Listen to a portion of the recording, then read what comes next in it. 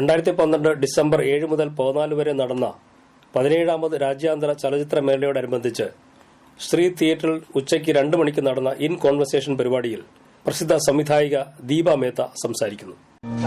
ദീപ മേത്ത അമൃത്സറിൽ ജനിച്ച Deepa Mehta university of ഡൽഹിയിൽ നിന്നും ഫിലോസഫിയിൽ ബിരുദം നേടി. ഡോക്യുമെന്ററികൾ സംവിധാനം ചെയ്താണ് സിനിമാ രംഗത്തേക്ക് പ്രവേശിക്കുന്നത്. തുടർന്ന് കാനഡയിലേക്ക് ചേക്കേറിയ ദീപ മേത്ത 1991 തന്റെ ആദ്യ ചലച്ചിത്രമായ സാമൻ മീയിലൂടെ സംവിധാന രംഗത്ത് സജീവമാവുകയുണ്ടായി. ഈ ചലച്ചിത്രത്തിന് കാനിൽ ഗോൾഡൻ ക്യാമറ കാറ്റഗറിയിൽ ഓണറബിൾ മെൻഷൻ ലഭിച്ചിരുന്നു. മണ്ണിലും മഗ്നിയിലും ജലകന്യകയിലും സ്ഫുടം ചെയ്തെടുത്ത ദൃശ്യമുദ്രകളാണ് ദീപ മേത്തയുടെ ചലച്ചിത്രങ്ങൾ. ഞാനിതാ മണ്ണിനാലും ജലത്തിനാലും അഗ്നിയാലും നിന്നെ സൃഷ്ടിക്കുന്നു എന്ന തിരുവചനം ദീപ മേത്തയുടെ ചലച്ചിത്രങ്ങളെ കുറിച്ചായിരുന്നു. സംവിധായിക എന്നതിലുപരി ഒരു നിർമ്മാതാവായും അഭിനേത്രിയായും സിനിമയിൽ സജീവ സാന്നിധ്യം അറിയിച്ച ദീപ മേത്ത ലോകമെമ്പാടുമുള്ള ചലച്ചിത്ര ആസ്വാദകരിലേക്ക് കാഴ്ചയുടെ വിസ്മയം തീർത്തുകൊണ്ടേയിരിക്കും.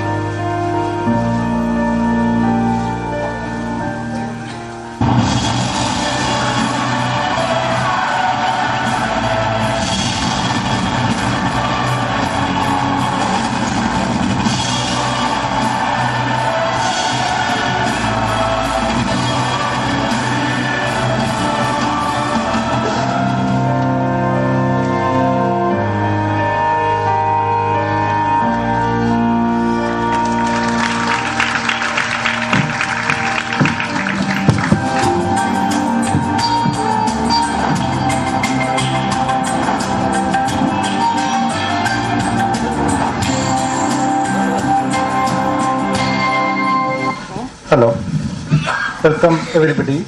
Let me clear that this is in conversation program. This is not a press meet. Please cooperate with us. Today we have internationally renowned Deepa Mehta with us.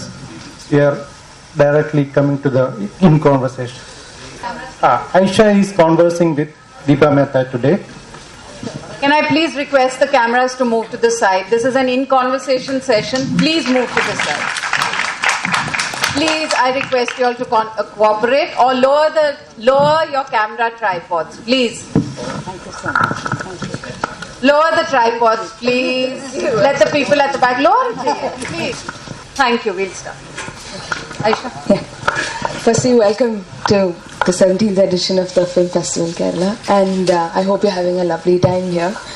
And my first question is a slightly long question.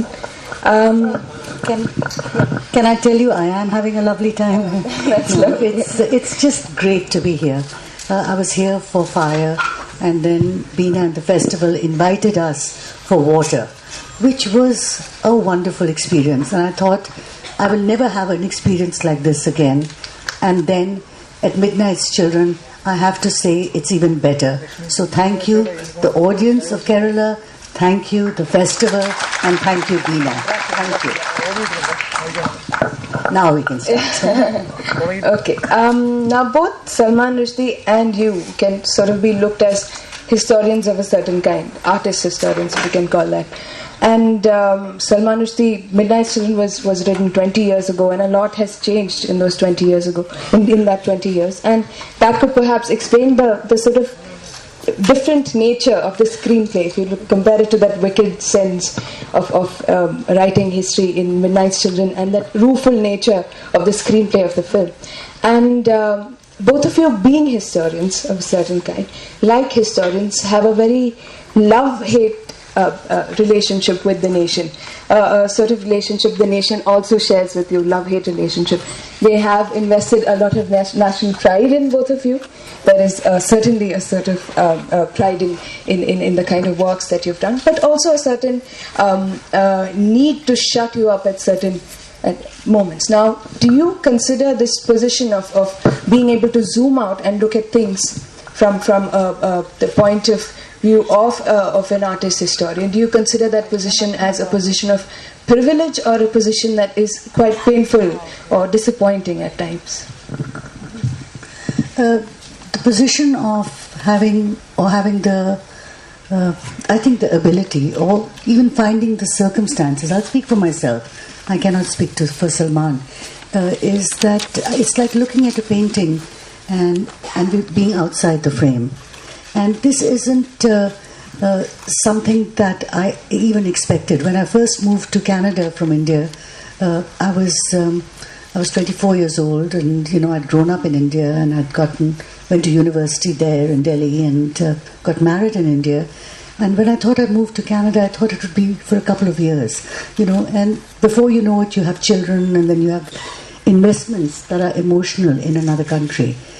So my relationship with India became one of a person from the diaspora as they look at their homeland. I didn't feel that I was removed from my homeland. I didn't feel that I was not in touch with my homeland the way I wanted it to be, but it was a different relationship. So I don't think that it was a matter of a relationship of privilege or a status that gave me privilege. I think it was just what I found myself. And you develop a sense of relationship according to that status. As for the love-hate relationship, I've always felt that as an NRI, that I always had, for the longest time, I looked at India with rose-colored glasses. There was nothing, the sun rose and set with India. And it was basically, I don't think it was very realistic. It was the relationship of nostalgia. Everything, music, the weather, the monsoons, everything became, and I realized that I was looking at it as a foreigner, because nostalgia is a standpoint that belongs to outside. And when I realized that, it became different. So then you slowly, with Midnight Children, you can slowly have sort of charted away from the outside to the inside. And I think, yes, you're absolutely right. I feel I have charted away from the outside into an acceptance that I'm actually a part of the diaspora, and the way I look at it is different. And that comes with a bit of pain also. It's a double-edged sword. It's sort of realizing, and I guess I'm growing old too, that you realize that my relationship with India is as strong as it could be, but it's different. And I have to accept the fact that I am an NRI, non-resident Indian. And somebody told me the other day that NRI now stands for non-required Indians, so you don't know. Now, to talk about the music of the film, the music used in the film sort of changed the film from being a sort of adaptation of Salman Rushdie's novel to a DEEPA Mehta film, and with its homages to the S.D. Burman Sahil Ludhianvi Pyasa or Jagjit Singh with the Nitin Shawnee's soundtrack. So can you talk about the part music plays in not just Midnight Children but your other films? How do you integrate music during the process of filmmaking? Do you think about the music while you're filming it, or is it a part of integration after post-production? I think that my relationship with music and my films is integral, and for me it's as important a component of a film as is casting, sound design, camera work, production design, and I in fact start thinking of the music while the screenplay is being written, because I think that in fact songs and music in the tradition of our theatrical and traditional background can really push the narrative forward. So if a certain song, whether it's a piece of music or the use of, say, Rag Bhairavi or in a certain period, what am I trying to convey with that? And I think that if it doesn't push the narrative forward, there's no reason for it to be there. And for me, music has always been an imperative form of that can move the story along. When did you decide to make Midnight Children into a film? Was it a political decision? Was it a sort of like this book is just wonderful, I think I need to make it into a film, or what was it?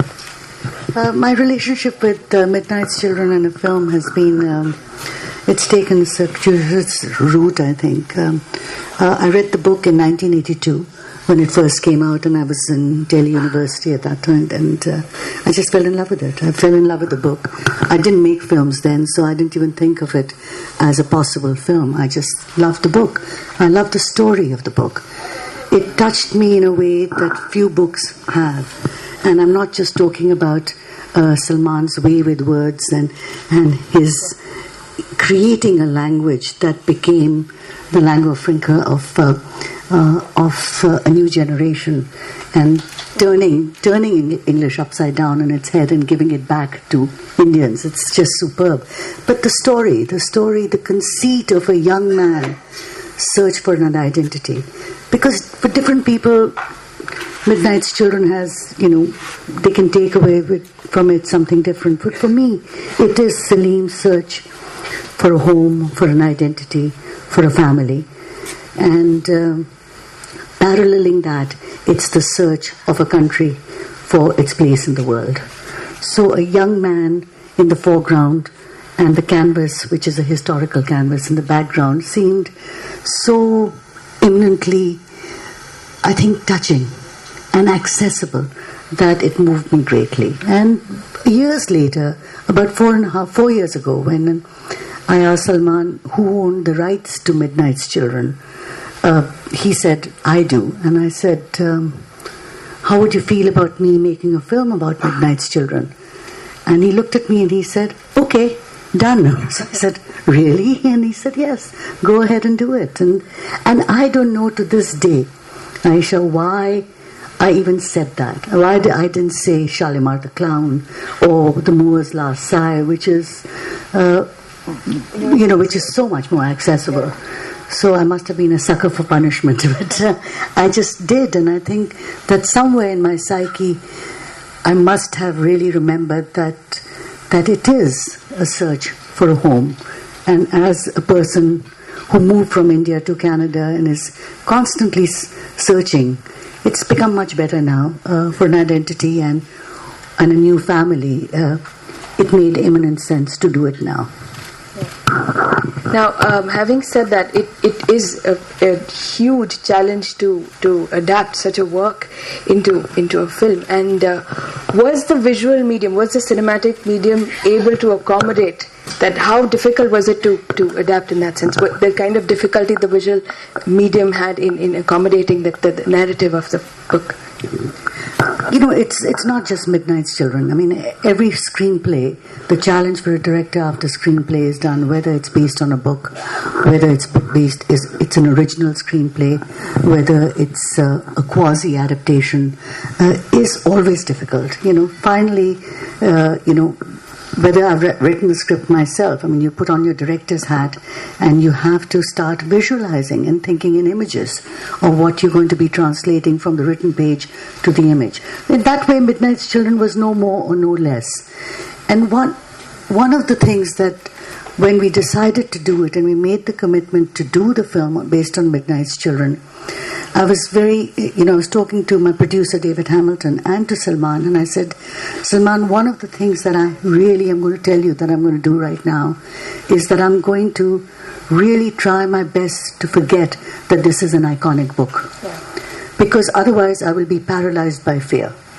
And so I decided literally, very consciously, to take my fear or my sense of awe, or be beholden to it in any way, beholden to the book, and put it on the back seat. And I said I will visit it during the editing. And, Salman was totally in agreement with that. And this I got, if any of you have seen Coppola's DVD about how he approached The Godfather, it's something that I learned from him, that, of course, Godfather is not nearly as iconic as Midnight's Children, or neither is it won the Booker of the Bookers, but it's still the adaptation. How do you look at an adaptation? And you really have to take the source material at some point and not be overwhelmed by it. So that was the first step. So did you always think did you think of approaching the film through other genres, say maybe a slightly more surreal visual language or comedy or absurdist sort of a setup? Did you think of anything of that sort, or was it always? You think, once we'd done the script and Salman Rushdie wrote the screenplay, there are things that flitted through your brain, and I said, oh my God, we could go the route of anything, the way film is even shot these days. I mean, it's very fast cutting. The scenes are broken down in totally different ways, and it could be surreal, and we could have shot it on my cell phone. You can do all of that, and I decided that I really didn't. I wanted to approach the book and the screenplay hereafter with a certain amount of to give it a feeling that I was approaching a classic. So in that sense, I mean, it is interesting. You said, did you not think of it as being a comedy? Or you could do any of that, but you didn't say approach it as a classical cinema, because that's the approach which is, you don't see much of that these days. I wanted to go back to to the great sort of humanitarian filmmakers. So I was definitely thinking of Tokyo Story, for example. I was definitely thinking for the magic realism of Mizoguchi Ugetsu or Amir Kusturica's Time of the Gypsies. So those are all cinema that came to its Overtiro de Sica's Leopard. That influenced me greatly. So I wanted to have a classical feeling to it, because I think that the theme of finding a home is very classical. So it has to feel relevant to the narrative. It felt not right to impose something that didn't feel honest to me on a script. I think we should take a last question and then open it to the audience. That would be, how is it like watching the film with in Kerala? Because it's always unbelievably crazy, the kind of audience react, because it forms a part of the whole experience, watching a film here. Because if you I remember last time Hosni Mubarak falls down and the entire audience is like cheering, and yesterday with that with the statement that the emergency was over, and then you have the entire audience sort of clapping, or when Salman adapted from the book by Salman Rushdie, you have the whole audience cheering. And so how is that? It's always amazing. I mean, different places, different cities, different countries have a different reaction. But this reaction, I mean, this screening was really important for both Salman and myself.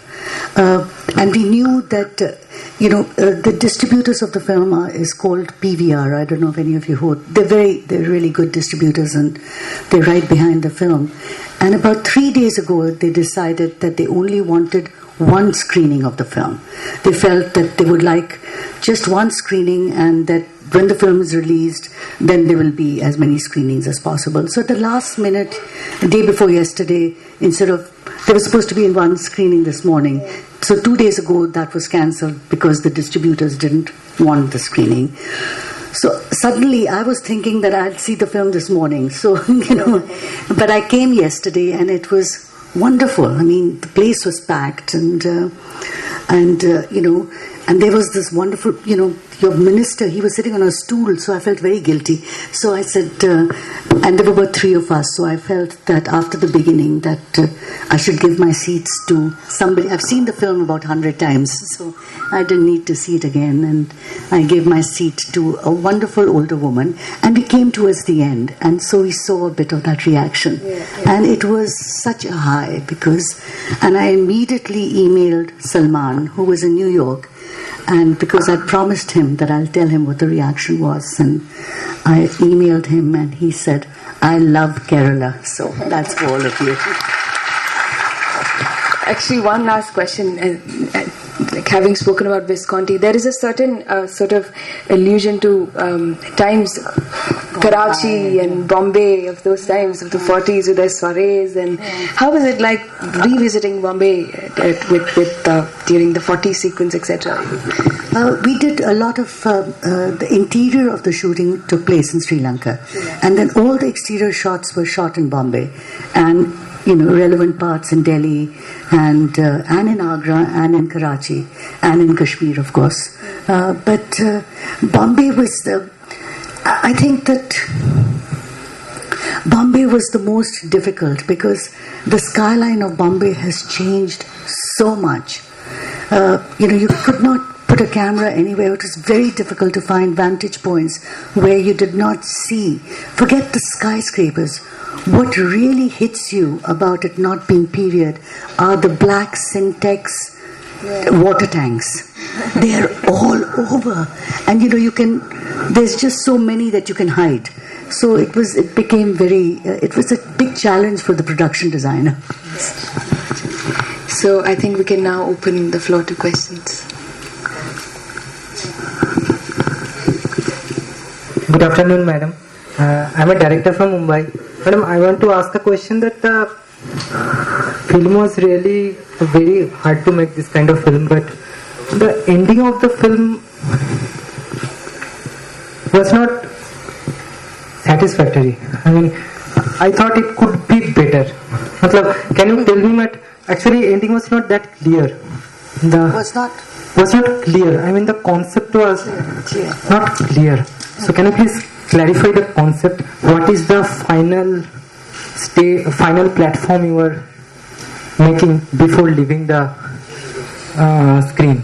So what is the final thing you have? What is the conclusion? Yeah. The conclusion is, for me, it's different things for different people, what they want to take away from the film. For me, it's that there's always hope. And things can be good and they can be bad, but there's always hope. That's the basis of the whole book. So I'm sorry it wasn't satisfactory to you, but maybe when you make your own film, it will be,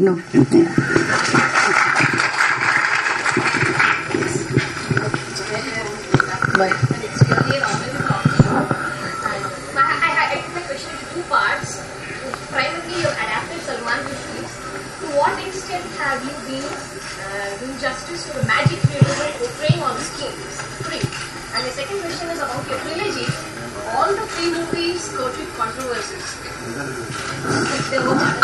Of course, you came filming Varanasi, you had to shift to Sri Lanka, and of course 1995 your fire. Probably it was the first of the kind of the revelation to come up with such a theme. And the second movie, too, had kind of controversy. What was your take on it when you had to face all those? Okay. Let me reply to your first part, which was about magic realism. I mean, it depends. I mean, for me, I did not want to do... For me, magic realism, as it's portrayed in the book by Salman Rushdie, is not about trying to make X-Men or Harry Potter. It's not about, flying or doing magic tricks. It's about the glow of potential within the children. That's what's important. And I feel that, and luckily Mr. Rushdie himself feels that it is very satisfactory and people really like it. As far as what's my comment about the trilogy causing controversy, it's very sad. I mean, you don't make films to cause controversy. In fact, controversy is something that's imposed on a piece of art that you're trying to make. So that, what can I say about that? That's up to all of you. I mean, you all are responsible, whether it's people in this hall, people outside, people in the province, people in the country, people in the world. Okay.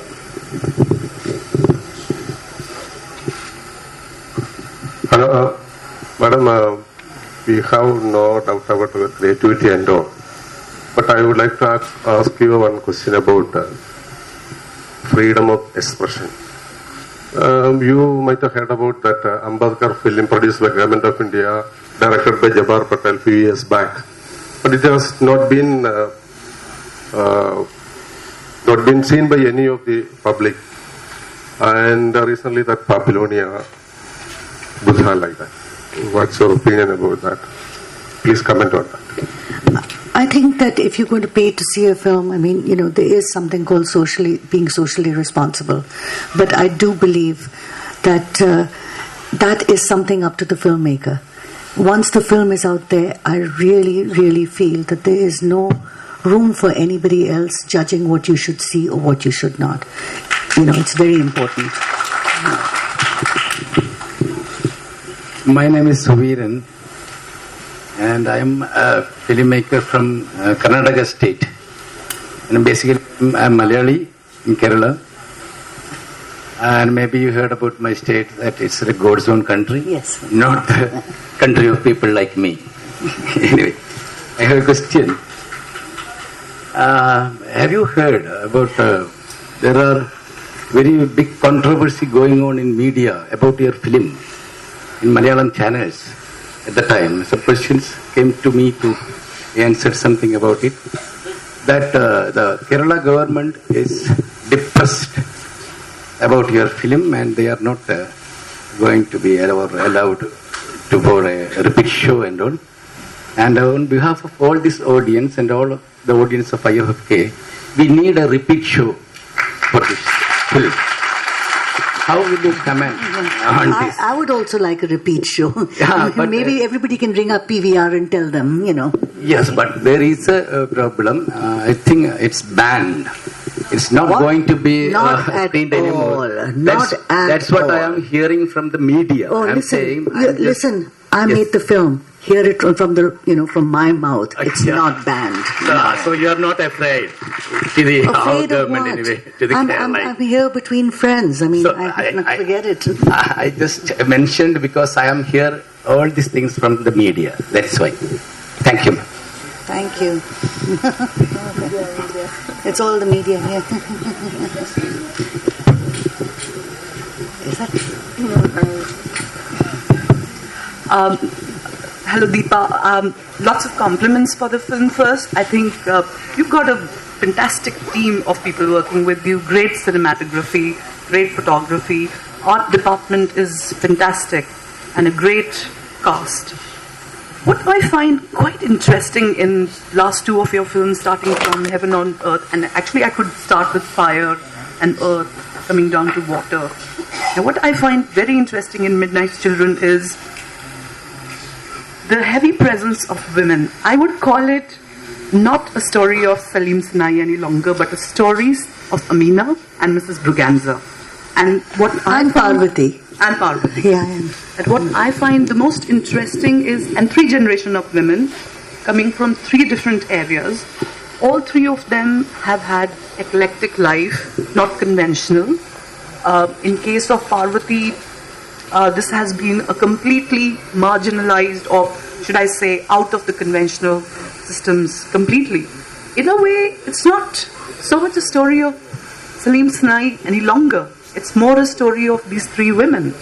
And I would take it back to, it's as if you are mapping through women an entire history, because there's another woman present there, and I compliment you for doing it. That's masterstroke for me in the film. Mrs. Presence of Indira Gandhi, and the way, that particular scene in which she's chewing, as if she's chewing the nation itself, and a masterstroke. It stands out like in the film completely, that entire sequence. And then I take you back to your other adaptation, Heaven on Earth, which is Girish Karnada's short play. And then earlier, especially Earth, again, woman's body, mapping, partition. Heaven on Earth is also very, perhaps a quite interesting adaptation of a Kannada folk story. I didn't know that. Yeah, he's written a folk story and a play, and then Neelam Mansingh has adapted. Nagmandala, yes. Yeah, Nagmandala, and then Neelam Mansingh did a production of it. So, and mapping it to Punjab and then taking it to Canada, and it's done extremely well. Perhaps, to my mind, one of my favorite films of yours. Bless you, mine too. Yeah, it's my favorite film of yours. I mean, I've actually worked on PSG for Earth, but my favorite. No, see, please. And Salim Sinai's story could not be possible without the story of Amina, without the story of Mary, and besides the story of Parvati. These three women are integral to Salim Sinai being there. And for me, I loved focusing on that. So when I say that the story is about Salim Sinai, maybe because I'm a woman, I just take it for granted that he wouldn't be there if it wasn't for these three women. And that has everything to do with the way I approach my characters, my film, even my adaptations. I can't help but being totally and completely biased about women. Sorry to say, but I'm very proud of it. I have a question a very striking element of your film is the use of history. I mean, not just as a subtext, but as leitmotifs and how they are embodied. So I'm interested to know how you would observe the scope of history for future narrations. Because I'm also an academic NRI. I mean, stayed abroad in Europe for a long year, and that shaped my historic sensibility. And when you observe Indian history, I mean, from a kind of decentralized position, and make use of that for narration, and as you know, unfortunately, the historiography is in a pathetic situation in India. And we don't write history as compared to the Western nations. So, what would be the scope of history for future filmic narrations? I think it's a question that deserves a thesis. So I'll make my answer brief. I think that in this particular film, as in Heaven, as in Earth, I had the text in front of me, which is the text is famous about the fact that it's the post-colonial history of India from its moment of birth to the end of the emergency. So, pivotal 60 years or so. How many years is that? So that's about 30 years. Yeah, 30 years. And I think that if you ever look at a chunk of history, you will find in it ups and downs and upheavals that somehow always affect the common person. And in this case, it was the family of Salim Sinai. So whenever we use a historical narration, or even when we don't use it, perhaps we don't understand that we are actually being affected by the narrative that's a historical narrative. Anything we do is always a reflection of what is happening around us politically and historically. Hi, DEEPA. Taking from where DEEPA here. So from where Suviren stopped, I'm working with the news channel. IFFK has a simple procedure that if there is a screening change, they would intimate us the day before or the day at least. Until morning, we had not received any intimation. I myself have made announcements. As far as no, as much as if you chop my question, I don't know how I'm going to ask the full thing.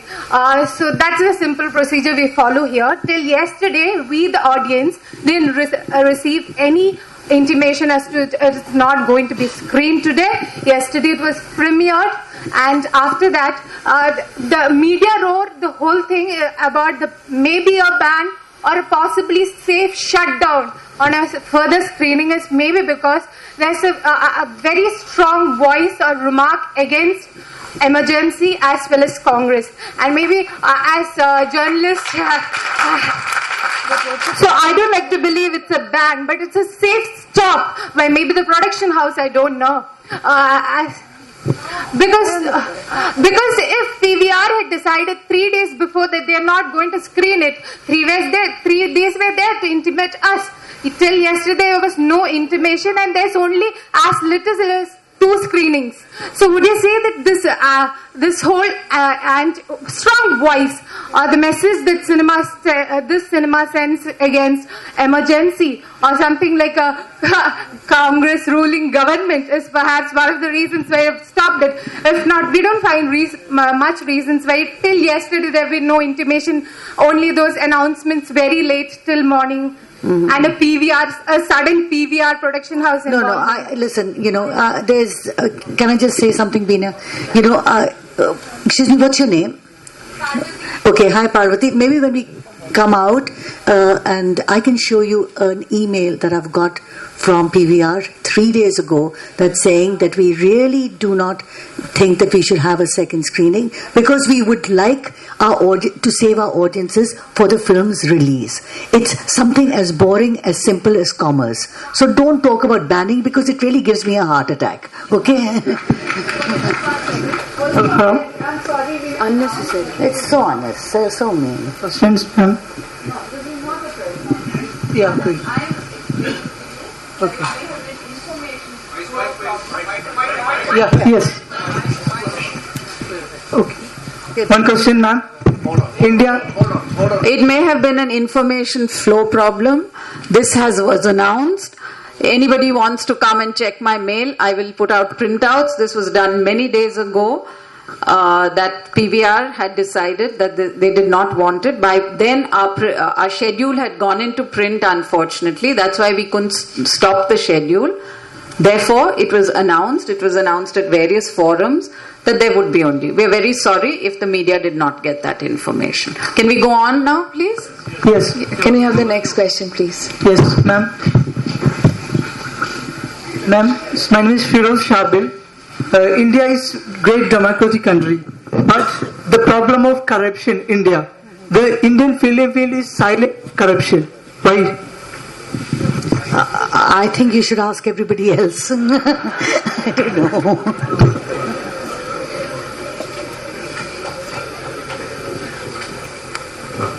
Any other questions? Madam, one more question. Okay. Because most of your films, but I would like to ask you one more question.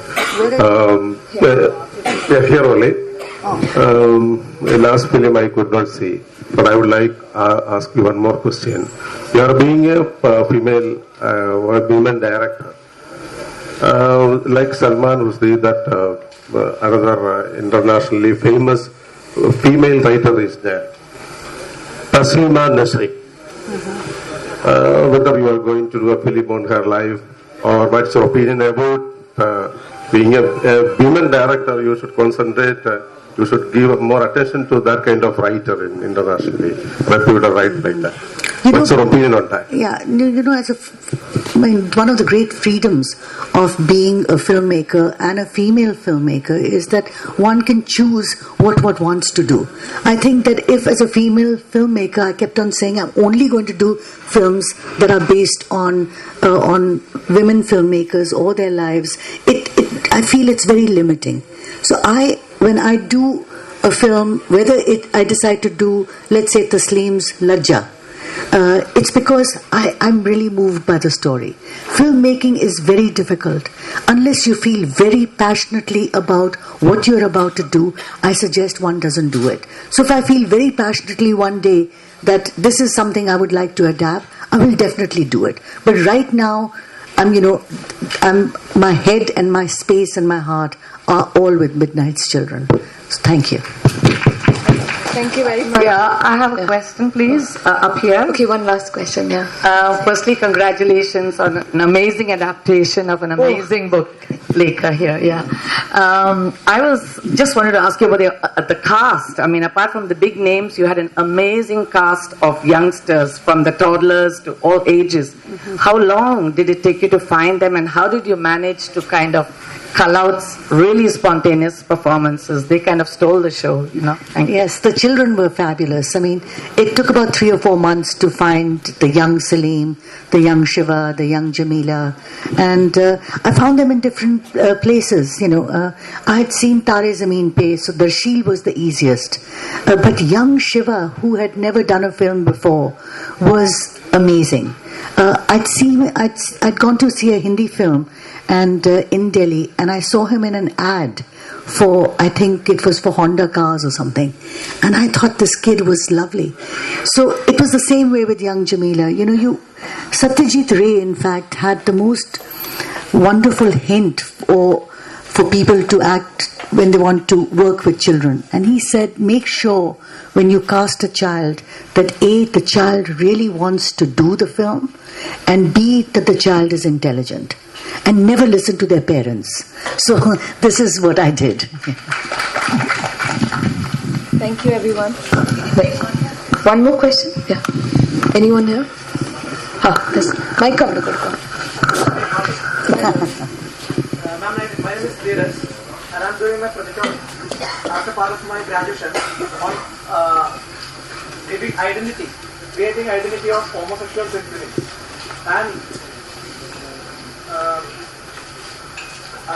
I just want to know your opinion on my question. That is film is a patriarchal industry? And second one is, what is your opinion about on gender fluidity? Is film a patriarchal industry? Is film a Patriarchal industry. Yeah.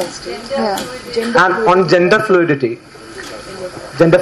You know, I hoped that in all my films, I mean, I have a great, I think that before, in fact, it's a given that one is a feminist, but I think that if I had a choice, I would say I would prefer to be known as a humanist filmmaker before being a feminist one. And that says all that I feel about gender, you know. There's no point in being a feminist if you aren't a humanist. So that's what I feel about gender fluidity. What about the film's patriarchal nature? You know, this film, for example, is based on a text that's written by a man. And it's also, in many ways, I think, Salman Rushdie, he will say himself, if you read the foreword to the book, he will say that it is about his own relationship with his own father and Salim Sinai's relationship with his own father. I mean, and I come in as a female filmmaker, and for me, it isn't about just the relationship between fathers and sons, but it also became the relationship between mothers and sons. So one can't be without the other. Okay.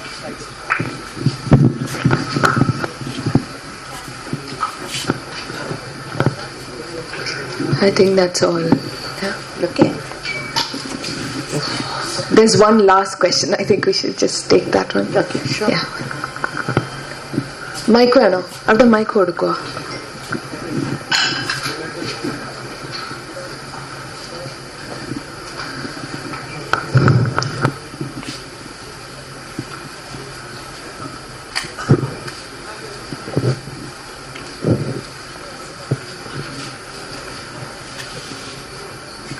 Hello. Okay.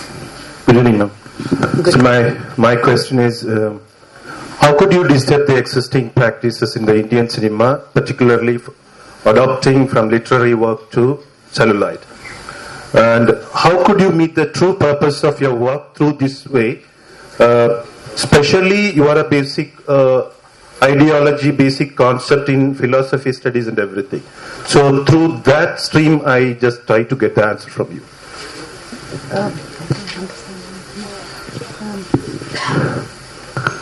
Can you repeat that question again? Yeah, how could you disturb the existing practices? Disturbing practices in Indian cinema, particularly from adopting literary work to visuals. Basically, how could it help the philosophical studies and the basic concept of this kind of things? How could it help? You know, I studied philosophy, yes, I did in university, and but that was a long time ago. And also, I think that if there's anything, if any of my subjects that I was really, and this I did my master's in philosophy, the one subject that really, one aspect of philosophy that really moved me was actually in my first year of philosophy, and that was the subject of logic. So, interestingly enough, it's not Kant, or it's not Spinoza, or it's not even Ramanuja's Vedanta that has stayed with me, or the Charvakas. But what has stayed with me is logic. So in some innate sense, whenever I approach, whether it's an adapted screenplay, or whether it's an original screenplay, or whether it's Midnight's Children, or Garish Karnad's Nagmandala, there is a sense in me, within me, which always questions the relevance of anything I do. So my philosophy has been about logic, if that makes sense to you. Thank you. Thank you.